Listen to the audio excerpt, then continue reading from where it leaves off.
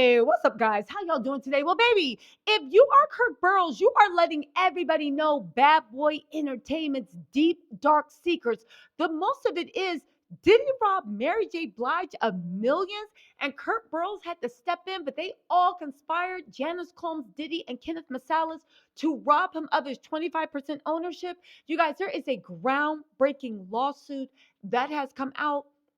There are so many allegations that come out. The way Diddy and Kenneth Masalas, a very prominent lawyer, basically locked him in a room with a baseball bat and said that if he didn't sign over his ownership of Bad Boy Entertainment to Janice Combs, that they were literally going to break his with a baseball bat. They had the baseball bat in there. On top of that, he talks about the way Diddy treated Janice like the very first Cassie. That's where he learned it from. Maybe all his anger comes from whatever was going on with that mom. Like I said, we think that Diddy encouraged his mom to wear white fingernails, but what if his mom was the one that imprinted white fingernails on him? I don't know. It's very, very weird. Anyway, let's get into the Mary J. Blige stuff. Because as you know, with the Diddy stuff, Mary J. Blige has been largely silent about anything dealing with Diddy. But we all know that she always looked like she was having a good time at Diddy's parties, sometimes looking two sheets to the wind, but she was always with Diddy, always rolling out with Diddy, always like they seem like they were tight. That's why these allegations are so shocking. I do want to say one thing if these allegations are true, and it's a Blackburn special, so I 100% believe it. Diddy's team did through hell and high water at Tyrone Blackburn, and he emerged without even a scratch. Those sanctions, everything, he just dusted it off, kept on moving. Nothing stuck. He is like the Teflon Don. So I tend to believe that these lawsuits he's bringing out are 100%. This ain't a Busby special. They're 100% research and they have stood this test of time. Let's not forget Little Rod was the blueprint for the raid on Diddy's house. I believe this is the blueprint for the RICO charges. But if it is true, and I tend to believe it just because of the reasons I just told you, what type of weird hold does Diddy have over people? How can you literally steal from people, do all this stuff, and they're still so loyal and devoted to you? It's weird. Anyway, let's get into this. I do have the lawsuit. I'll be going live and giving the dramatic reinterpretation. But for right now, let's just get into this section. Talk about when he talks about his relationship with Diddy.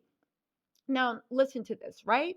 They're saying Kurt was a visionary strategist and business architect of Bad Boy Entertainment. His relationship with Diddy began in early 1990s when Kirk Burrows was introduced to Diddy through industry connections, who recognized his prowess in talent management, business structuring, and industry negotiations. Recognizing Kurt's strategic mind and industry enterprise, Diddy entrusted him with key operational and managerial responsibilities, leading Kurt to co-found Bad Boy Entertainment and establish its foundational business framework. Hold on, we get into it, but you gotta know this part to see why the Mary J. Blige stuff hits. We're getting to it in a second, but I'll be quick, all right? They're saying Kurt Burroughs' influence was instrumental in transforming Bad Boy Entertainment into a dominant force in the music industry. Now, Kirk designed and implemented the business infrastructure that allowed Bad Boy Entertainment to thrive, ensuring suitable revenue streams, artistic development programs, and long term strategic planning. He designed and implemented the business infrastructure that allowed Bad Boy Entertainment to thrive, ensuring sustainable revenue streams, artist development programs, and long term strategic planning. As the COO and general manager, he structured high value contracts, managed production schedules, orchestrated artist development, and created groundbreaking marketing strategies, ensuring Bad Boy's artists' mainstream success. Now, this is where marriage comes in. He was responsible for executing multi-million dollar deals, fostering artist partnerships, and building Bad Boy's reputation as a major player in the music industry. He was the chief negotiator and business strategist behind many of Bad Boy's business commercial success. Oh, so he basically ran Bad Boy, like literally, right? Despite his unparalleled contribution, he was systematically deceived and exploited by Diddy and Janice Combs, who leveraged Kurt's trust and loyalty to consolidate power while excluding him from the financial rewards of his labor. Again, she is his number two. I would argue she might even be his just saying Maxwell. to Diddy's empire. Okay. Now, he was repeatedly promised uh, uh, uh, equity and property sharing, profit sharing in exchange for his continued dedication to bad boy entertainment. Um, Kurt and Janice, I'm sorry, Diddy and Janice assured Kurt he would receive 25% ownership and 15% share of annual profits, yet these promises were made in bad faith with no attention. Um, Here we go. By 2001, Diddy escalated his betrayal and financial sabotage, intensely interfering with Kurt's business relationships and contracts to destroy his ability to generate income.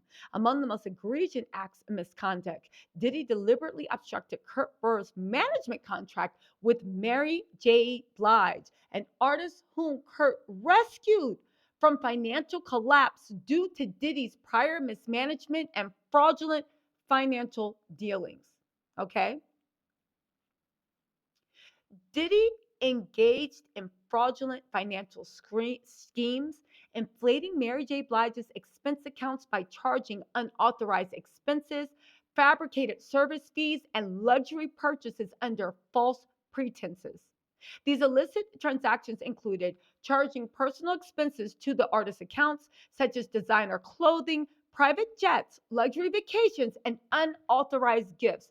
So, pause. Because what he's describing isn't just low down that you are stealing from Mary J. Blige, because Mary got to pay for all that, but you are literally stealing from your money laundering.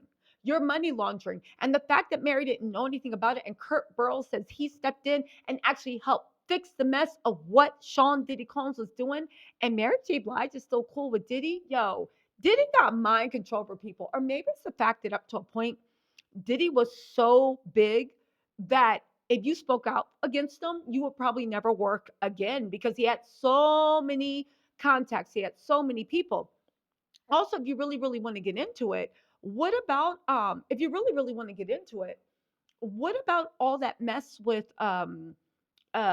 Mary J. Blige now? She has never spoken out in defense of Diddy. And as tight as they were, again, neither has Misa, neither has Kamora Lee. Well, Misa kind of did when she said she was writing a book about the golden ages of Bad Boy. What's the book called? To Catch a Predator? Anyway, let's get into this, right?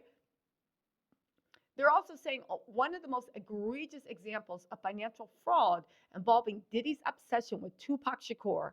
He attempted to mimic Tupac's style, purchasing Versace silk shirts and expensive accessories for himself while falsely expensing these purchases to Mary J. Blige's artist account.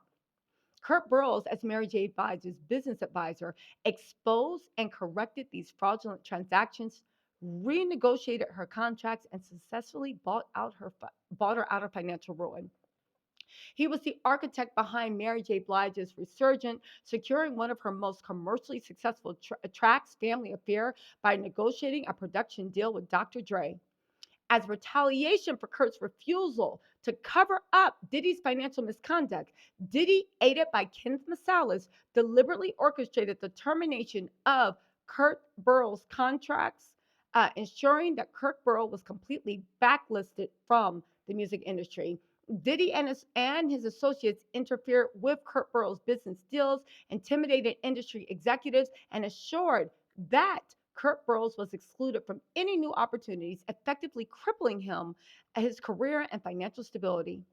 Also, Janice and Diddy coordinated scheme deprived Kirk Burrows not only of his rightful earnings, but also his ability to earn a living, forcing him into financial destitution and professional exile. Y'all,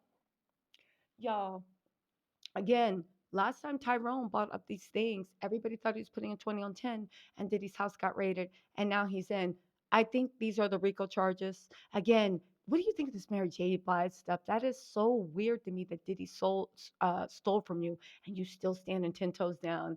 Anyway, y'all, listen, I'm going to be going live later with the legal papers. Let me know what you think in the comments. I'll talk to y'all later. Bye.